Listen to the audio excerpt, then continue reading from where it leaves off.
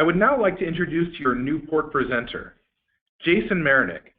Jason is an Executive Relationship Manager with Newport Group.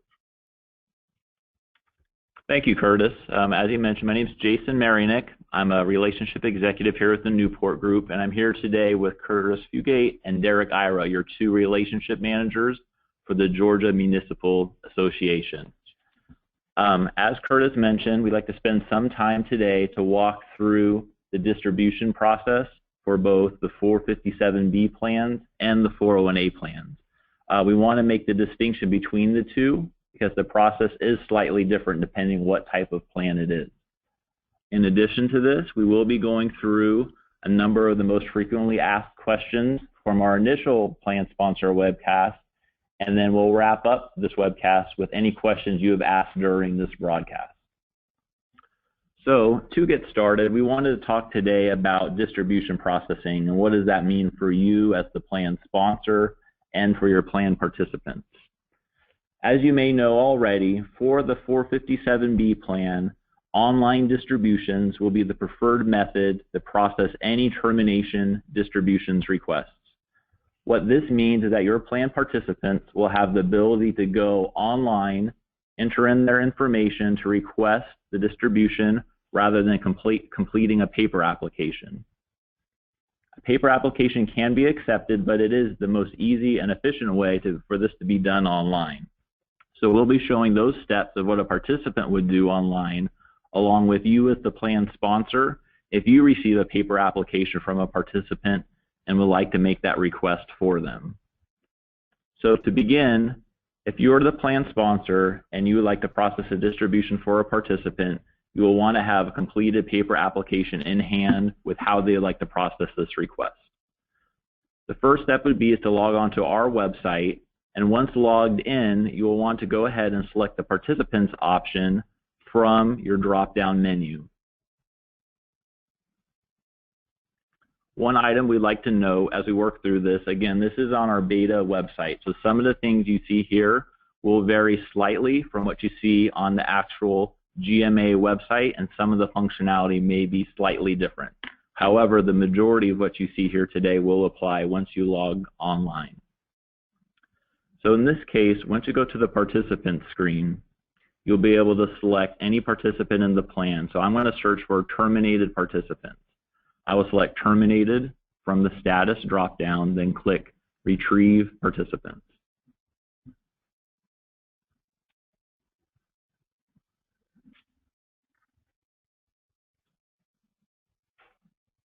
The following screen will then list all the participants in the plan who have a balance and are terminated. Any participant who is in our system with a terminated status will have the ability to take a distribution online. Anyone with an active status will not have the distribution option available to them. So then you as the plan sponsor, our group or GMA would need to enter a termination date to allow for that distribution. So in today's example, we'll be using Bob Hope as our participant who will be taking a distribution from the plan. On the drop-down, there's a number of options you can choose from, but we want to choose loans and withdrawals. Again, GMA does not allow for loans. This is something we'll only see on the beta website, but withdrawals will be an option for you to choose. So while these are the steps you'll do as the plan sponsor to request a distribution, what we see here will be the same thing that a participant sees as they walk through these steps as well. So to begin the process, we'll click Request a Withdrawal.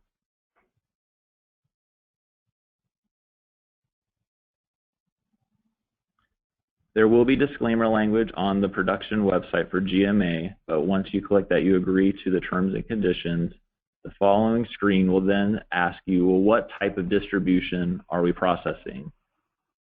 So we'll be processing that someone is terminated and no longer with the company and they want to take a full distribution and leave the plan.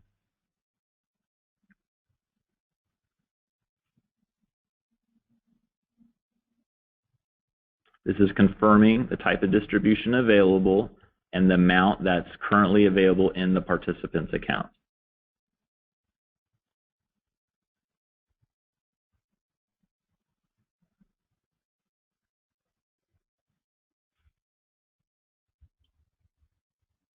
The next screen then talks about what type of distribution do we want to take.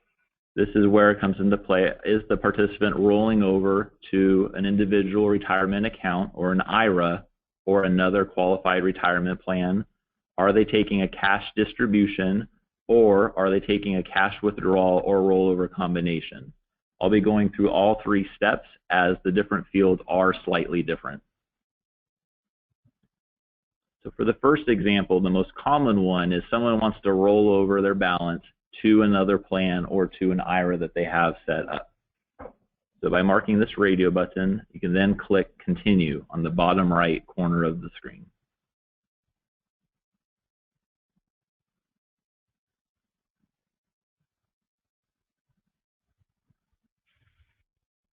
So the question then becomes, how much does the participant want to roll over? As some plans do allow for partial termination distributions, you are able to enter in a specific dollar amount if you'd like. You don't have to take the entire amount.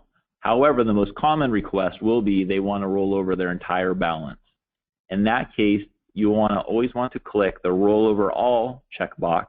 And then as you see, when that happens, it'll note what the dollar amount is and then what's the remaining balance available.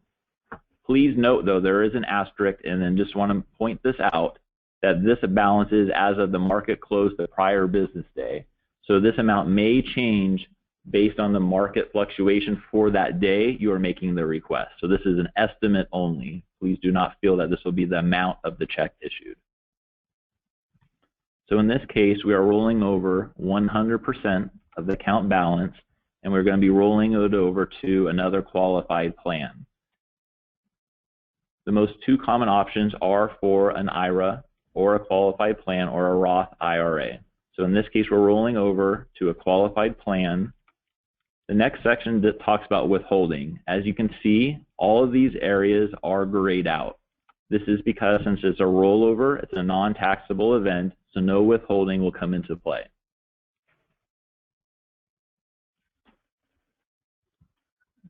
The final section for requesting a rollover would be is that after this estimate section, you'll see there's no withholding. Who is going to be the company that's accepting these funds? And so something in this field needs to be entered. So what we're talking about is the rollover going to Charles Schwab. Is it going to MetLife? Is it going to Vanguard? So the name of the company the check should be made payable to needs to be entered into this section. So for this example, I'm going to say the rollover will be going to Vanguard. Once I enter this, you then see that the Continue button becomes lit up in the bottom right, allowing us to go to the next screen.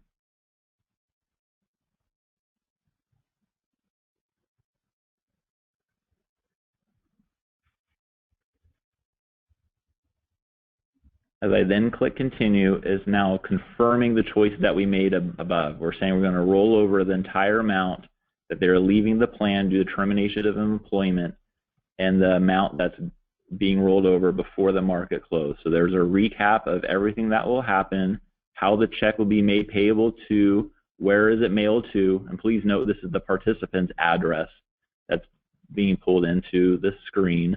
The email address, if there's an email address that's been entered for the participant.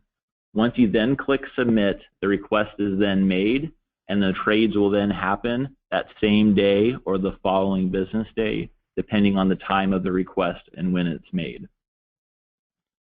Once you also click Submit, you will get a confirmation number. In case there's a question about the timing or the status, you'll be able to reference that number. For this example, however, since I do want to also illustrate what a cash distribution will look like, I'm not going to go through the final step. I am going to click Cancel to go back to the beginning where we started.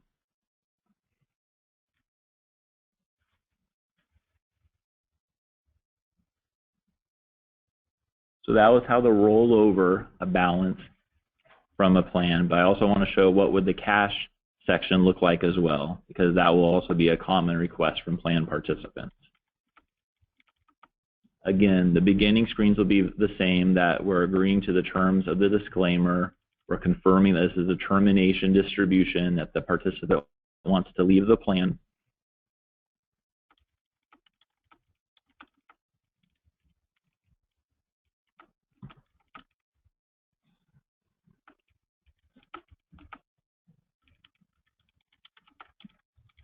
So in this case, I want to say withdraw a specific cash amount.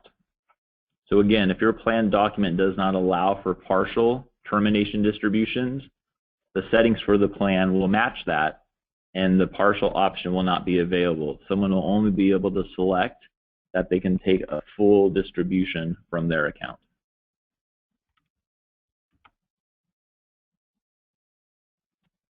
A lot of this information is what we just went through. Go ahead and say, in this case, I'm going to withdraw everything. But it is slightly different in this case in that we can't go on to the next screen. You'll see the continue button's not lit until we click calculate estimates. The calculate estimates for a cash distribution is to show you or the participant what the withholding involved will be and how to calculate that withholding. So as you know, with federal withholding, 20% is always required at the time of a cash distribution. There's no way you can avoid this penalty unless it's a hardship or an unforeseeable emergency situation. But if the participant wishes to, they can ask for additional federal withholding on top of the 20%. In addition to this, there's state withholding the participant or you or the plan sponsor can modify as well. So then by putting, in this case, I'm going to say do not withhold any state taxes. Any changes to either of these two sections will require you to recalculate the estimates again. And in this section at the bottom, it will show what's the estimated amount of the distribution. So in this case, 20% withholding will be taken, so it would be roughly a $611,000 distribution. We'll then click continue to go to the confirmation screen. Confirming what we want to do, that's a full distribution. Due to termination of employment, they're leaving the plan, and a recap estimate of what the distribution will look like, along with email confirmation. So in this case, if I was to click submit, the request would go through and generate a confirmation number. The final section I wanted to show was if someone wanted to do a combination distribution of the two. They wanted to request a cash distribution along with rolling over a portion of their account.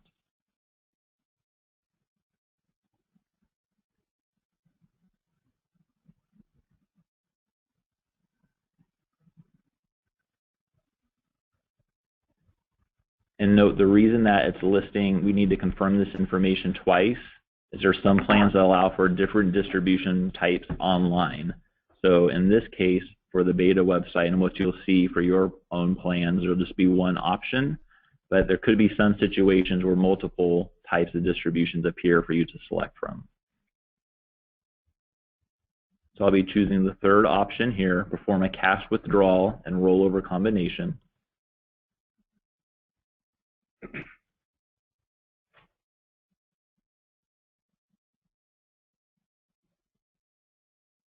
So the first section talks about, well, how much do you want to withdraw in cash? So if you notice, the all available option is gone because it is split. So you'd want to then enter in that I want to have a cash distribution of a certain dollar amount. I'll say $250,000 in this case. Calculate estimates will then bring up the withholding section that we discussed previously. You'll see the withholding involved with that distribution. And click continue. The next screen will then talk about the rollover distribution, and this part will be the same that we showed earlier, saying, okay, now the remainder of this amount, how much do we want to roll over? So now here you can say I want to roll over the remainder.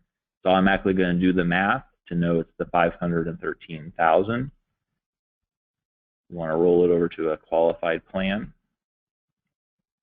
The withholding is all grayed out. You'll see there's nothing involved for the rollover portion. And where do we want to roll over these funds to? So I'll say Schwab in this case.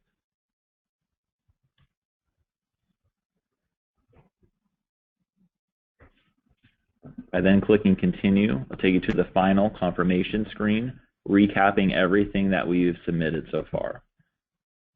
So again, it'll break down what's the rollover amount versus the cash withdrawal, type of distribution it is, withholding involved, where the check will be mailed, and who the check is made payable to for the rollover portion.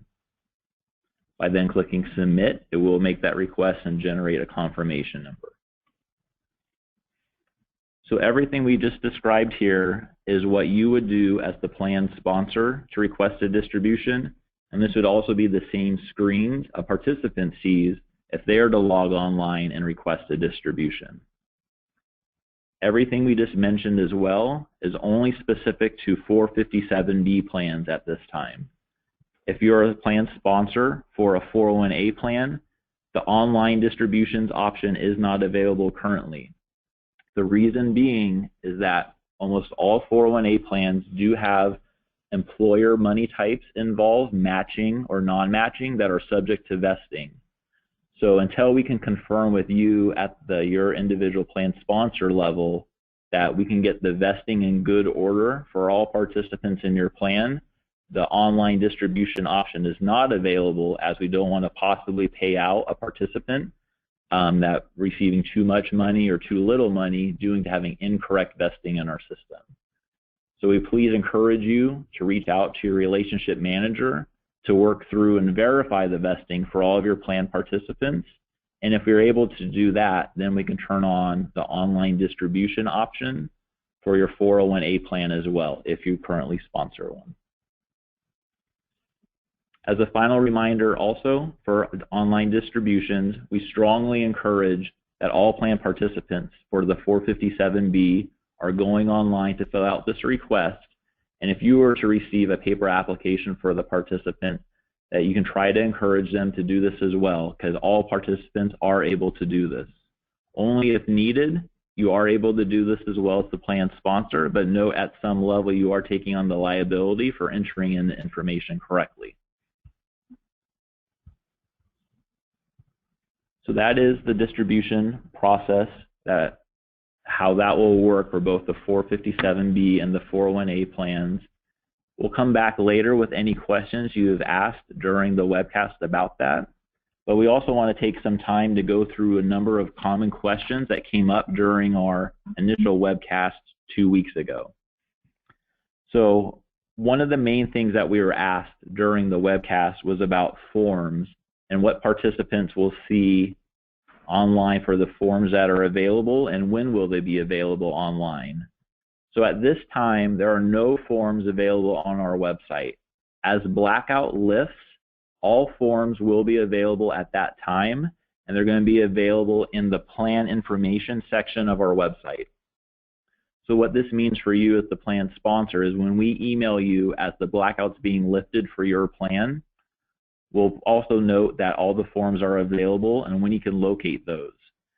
And when we talk about forms, these are the different types of forms we are talking about. So a distribution form, so in the case of a 401A plan or a 457B where the employee cannot go online to make the request, that form will be available for download. The hardship application for a 401A plan, unforeseeable emergency form for a 457B, those will be available. A rollover form in the event someone wants to roll over money from an IRA or from another plan into your plan, that form will be available along with an enrollment form and a deferral change form for any new employees that are joining your plan. Ideally, employees are going online and entering in those enrollment information, but if needed, a paper application can be completed and provided to you to go ahead and enter that on behalf of those participants. So those forms will be there as well, along with the beneficiary form in the event the participant cannot name or enter in beneficiary information onto our website. We also wanted to take some time this afternoon to walk through the payroll process again, specific to someone creating a manual payroll file and what steps would be involved to go ahead and enter in that information.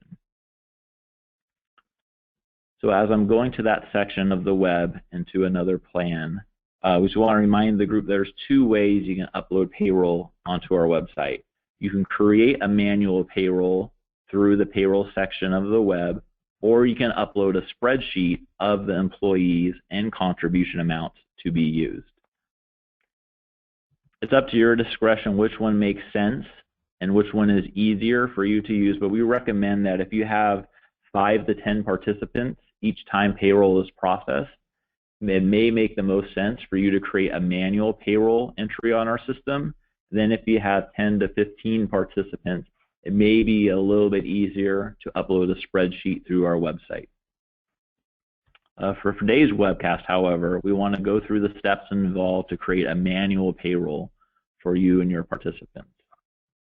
So when you log on onto our plan sponsor website, there's going to be a payroll option available in this middle link. By clicking payroll, it will take you to the next screen where you then have the option to create an import a payroll file or create a manual payroll file. So the spreadsheet option that I mentioned earlier would be through the import option listed here.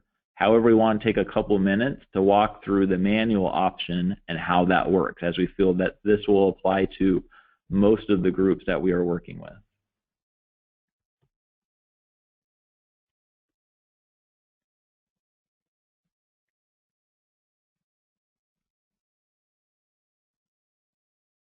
So by clicking manual, the next screen will then help you filter which employees do you want to have available for this roster. Our recommendation would be is typically you're only going to have 5 to 10 to 15 participants, so you don't necessarily need to filter by a number of these options. The easiest way to go about this may be is to simply say, show me anyone who is active, and the compensation groups are not going to apply. This is a beta only setting. And then from there, you'll just want to then choose, well, what do you want to have included on this payroll file that I'm creating? So in this case, we're going to say this is a 457B plan, and it's going to be elective employee deferrals only. So then by selecting the participants I want to have available, the money types I want to have contributions go into, I can then click the continue button. The following screen will then list all the participants that are available in the plan. Before I get to that though, the first section then talks about, well, what's the payroll date going to be? And as a refresher, the payroll date is going to be this is the date that will appear as when your employees are paid these amounts. So if I'm uploading payroll today on Wednesday, March the 9th, but my employees are not paid until Friday the 11th, our recommendation would be that you choose the 11th as the payroll date. Or vice versa, if I'm uploading today on Wednesday the 9th, but my employees were paid last Friday, we suggest that you choose Friday the 4th as the pay date. Please know that as the trades happen, we're using the current day's prices, and the prices are not tied to the payroll date that you selected here. This is for reporting purposes only. The next option you have available is the payment type option.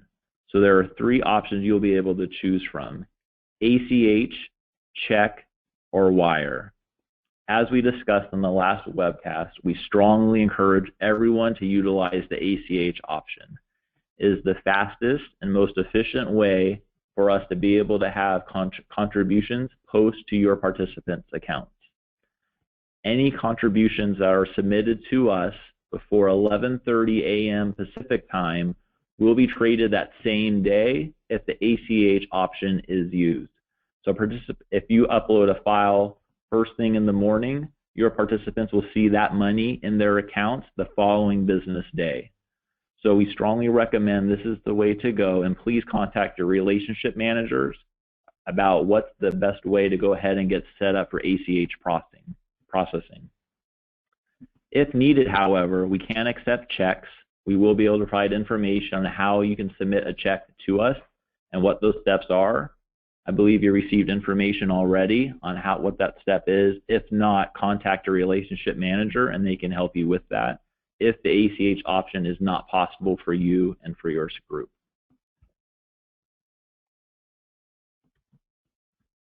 So once the payment type and payroll date has been selected, you can then choose who to receive amounts. And in this case, I'm just going to select 2 individuals or 3 individuals to receive a certain dollar amount. But as you can see, as I'm entering in these amounts, the totals are automatically updating, and at the bottom it shows you the total. So from here, you're able to go ahead and enter in any amounts, and in the event that some participant is not listed on here, you have the option to add participants to this section as well. So you're then able to go in and enter in the name or the social to pull in someone that was missed originally. Once you have entered in the needed amounts for your participants, you then want to click the Continue button on the bottom right.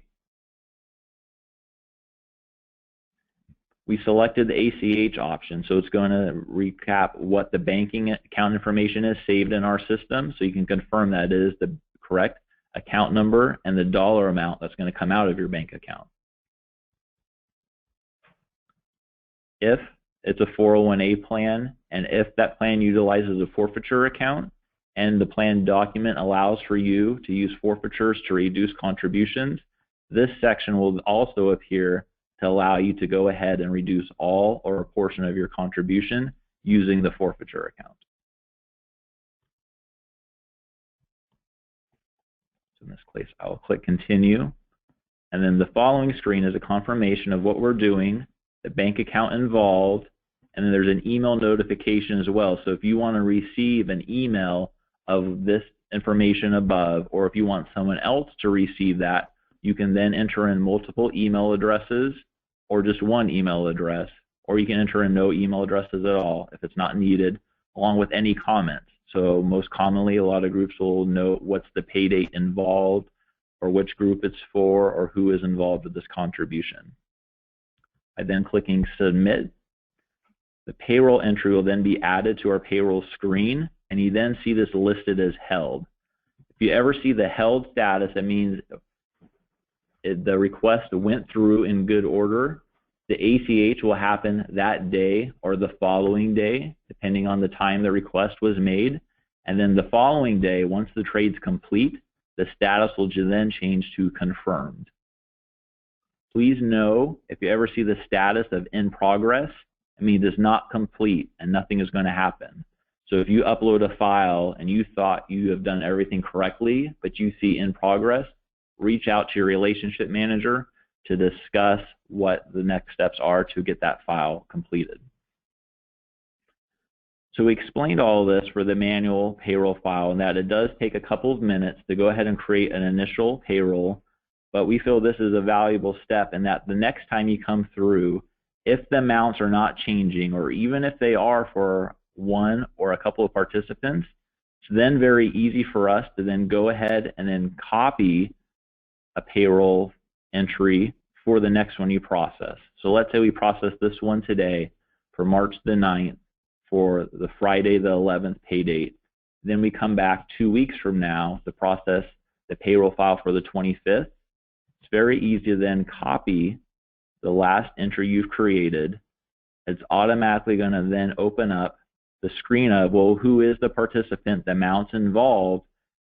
If everything remains the same, you can then simply update the payroll date option, the payment type, click Continue, and go through the remaining steps.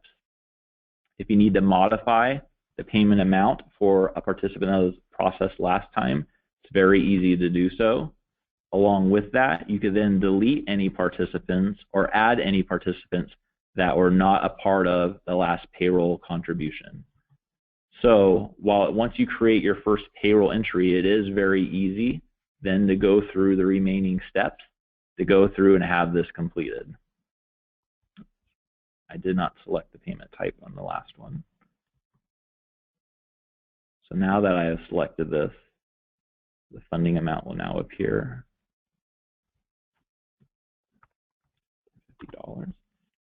So now that the two amounts do match up, I'm able to then continue and go on to the next step. So this is going to be our recommendation for any of the groups who have maybe less than a dozen participants. But if it's easier, there is also the spreadsheet option on how to upload. If you have any questions about that process, again, please contact your relationship manager about that. So that covered the most commonly asked questions from the last webcast. Do we have any questions from our presentation so far that we wanted to make sure that we cover on this call?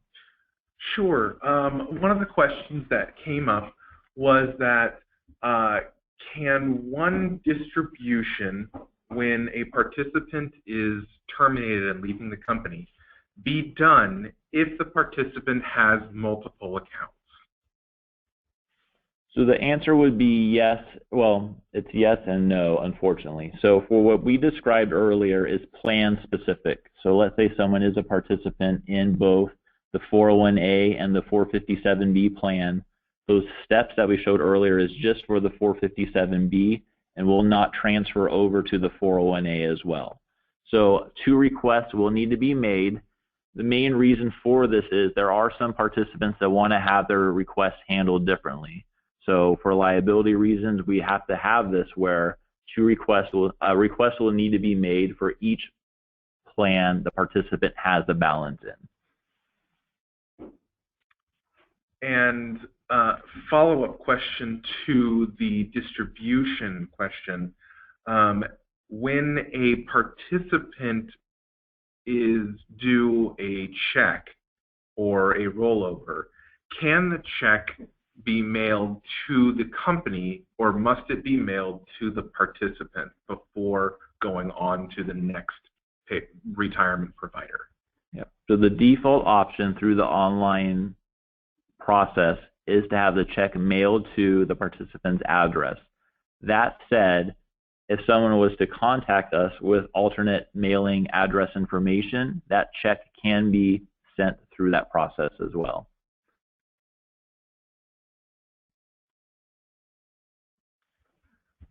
Another question that has come in, when sending the contributions, do you have an option for an automatic fill-in on the contribution amount? Meaning, if we copy a payroll from the previous payroll period, will the contributions from the original be copied into the new? Yes. So from the example we showed earlier is that for the $500 that we copied, it was $250 for one employee across 2 money types. So those same amounts broken down by money type will automatically populate for any payroll file that you copy. So in some cases, we have a number of groups where it's going to be the same amount for the same participants every time. If you're simply to copy that entry, everything will be ready for you to go ahead and just click and confirm continue to the last screen. You will not need to enter in any new amounts or modify any participants or amounts. One of the next questions that we have is in regards to hardship withdrawal. The first part of the question asks, how long are contributions suspended after a participant takes a hardship withdrawal? Yep.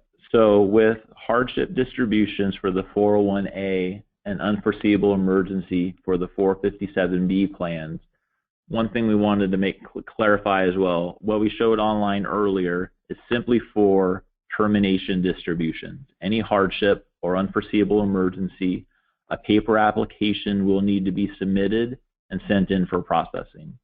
So specific to that question, anytime either of those distribution types are processed, there's a 6-month suspension of employee contributions. But we do want to point out, though, typically for a 401A plan, it's only employer contributions that are going into employee accounts, matching or non-matching funds. So that 6-month suspension, while it's a hardship from the 401A, should not impact the participant because there's no employee contributions going in. Employer contributions should continue even in the event of a hardship.